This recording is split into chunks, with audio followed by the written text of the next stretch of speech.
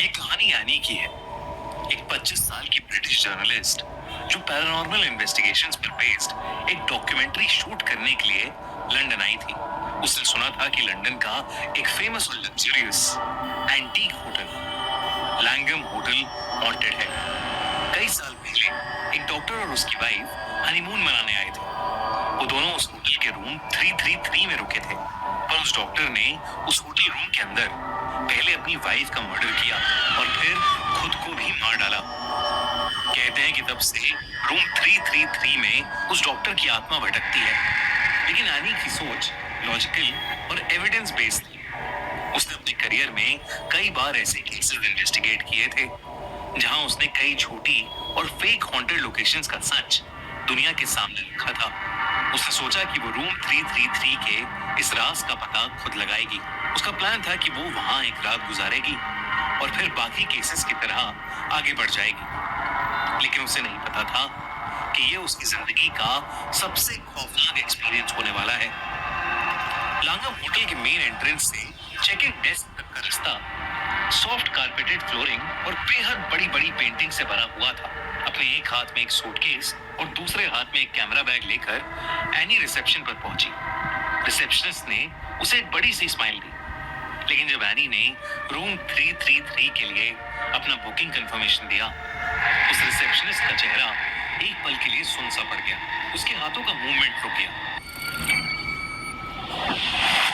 Any ने उससे पूछा कि उसे अचानक से क्या हुआ, तो वो सॉरी मैम कहकर फिर से मुस्कुराने लगी। एनी अपने काम की वजह से कई होटल्स में रुक चुकी थी और आजकल लगभग सभी ही होटल्स चाबियों की जगह की कार्ड्स देते थे। इसलिए जब रिसेप्शनिस्ट ने एक अटपटी स्माइल के साथ एनी को एक चाबी दी, तो एनी को थोड़ा अजीब लगा। पूरे होटल में काफी चहल पहल थी, पर होटल के थर्ड फ्लोर का माहौल कुछ अलग ही था। पूरे कॉरिडोर में कोई नहीं था। रूम 333 कॉरिडोर के दूसरे कोने में था। उस कॉरिडोर की वॉल्स पर पुरानी पेंटिंग्स थी जिनके कलर्स फेड हो चुके थे। वॉल लैंप्स डिम थे और उनकी पीली रोशनी में हर चीज की परछाइयां कुछ ज्यादा ही गहरी लग रही थी। कारपेट काफी पुराना सा था, जैसे उसकी सफाई ही नहीं हुई है। हर कदम पर पैरों के नीचे की लकड़ी हल्की सी आवाज कर रही थी। रूम का दरवाजा डार्क पॉलिश्ड वुड से बना था, जिसमें ब्रास का एक हेवी हैंडल था। जब एनी ने वो हैंडल पकड़ा तो वो कुछ ज्यादा ही ठंडा था। दरवाजा खुलते ही एनी का स्वागत अंधेरे से हुआ। उसने अपना सूटकेस नीचे रखा और फोन की टॉर्च ऑन की और रूम के स्विचेस ढूंढने लगी। रूम का डेकोर विक्टोरियन स्टाइल का था। एक बड़ा king size bed, antique dressing table और एक फुल लेंथ मिरर जो डायरेक्टली बेड के सामने वॉल पर लगा हुआ था। उसे फाइनली बेड के पास स्विच बोर्ड मिल गया, पर जैसे ही उसने लाइट्स ऑन की, दरवाजे से एक जोर की आवाज आई। एनी चौंक गई और बहुत धीरे से पीछे पलटी। उसने अपना सूटकेस दरवाजे के बाहर रखा था और वो लुढ़क कर गिर गया था।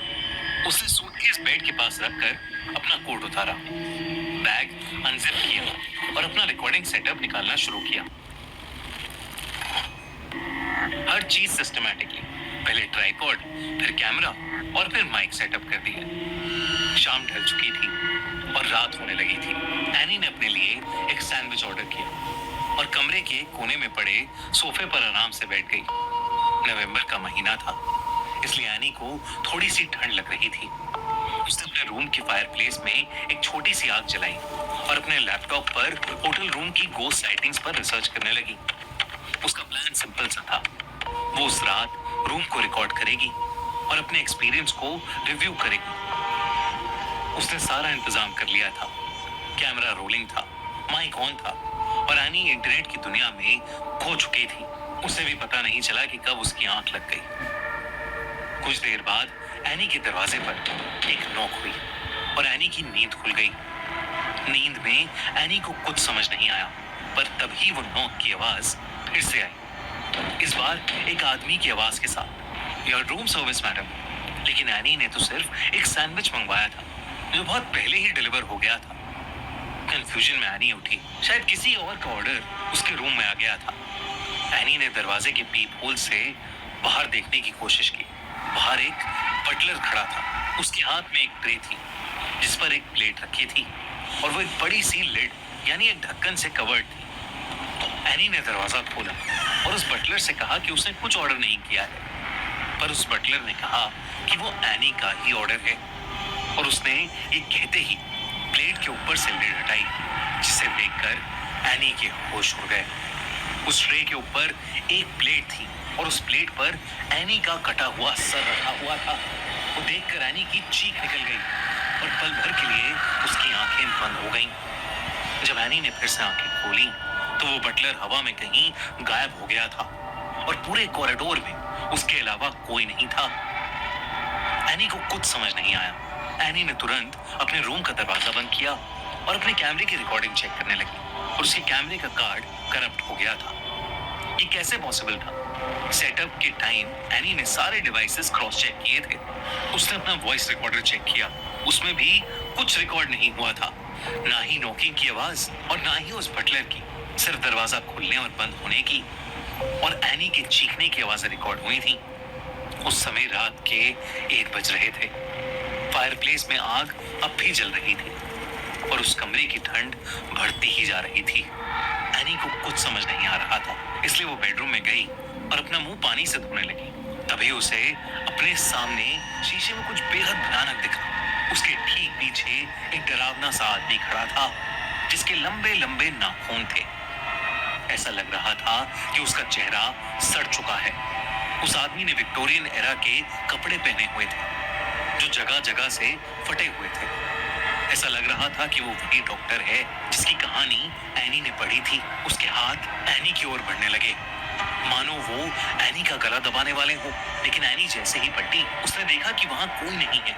एनी को अब बहुत डर लगने लगा था। उसे लगा कि अब उसका उस रूम में रहना सेफ नहीं है। उसने जल्दी से अपना सामान पैक किया और रूम से बाहर निकलने लगी, पर अब रूम का दरवाजा खुल ही नहीं रहा था।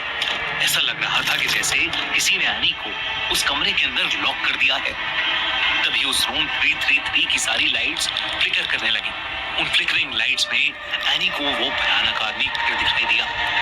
उसका पूरा शरीर सफेद था और उसकी आंखें पीली। वो आदमी अब धीरे धीरे उसके पास आ रहा था। तभी एनी जोर जोर से मदद के लिए चीखने लगी। चीखों की आवाजें सुन होटल के 2-3 स्टाफ मेंबर्स एनी के रूम में आ गए। उन्होंने जो देखा उसे देखकर उसकी रूह कांप गई। एनी बाथरूम के शीशे में अपना सर मार रही और जोरों से चिल्ला रही थी। शीशा लगभग पूरी तरह टूट चुका था और एनी के चेहरे में घुसा हुआ था। उस रूम में एनी के अलावा कोई भी नहीं था। उन्होंने किसी तरह एनी को शीशे से पीछे खींचा। एनी पागलों की तरह चीख रही थी। स्टाफ ने उसके हाथ पैर पकड़ लिए और कुछ ही पलों में एनी बेहोश हो गई। जब उसे होश आया तो वो होटल के मेडिकल रूम में थी। उसने अपने साथ हुआ पूरा किस्सा बताया। उसने कहा कि वो भयानक दिखने वाला आदमी उसका सर पकड़कर बार बार उसे शीशे में मार रहा था। बाद में उसे एक होटल स्टाफ से पता चला कि वो डॉक्टर की आत्मा ही थी, क्योंकि उसने अपनी बीवी को भी बिल्कुल इसी ढंग से मारा था। इस इंसिडेंट के बाद एनी ठीक तो हो गई, लेकिन वो शायद ही कभी होटल लैंगम के उस हॉन्टेड रूम 333 को भूल पाएगी।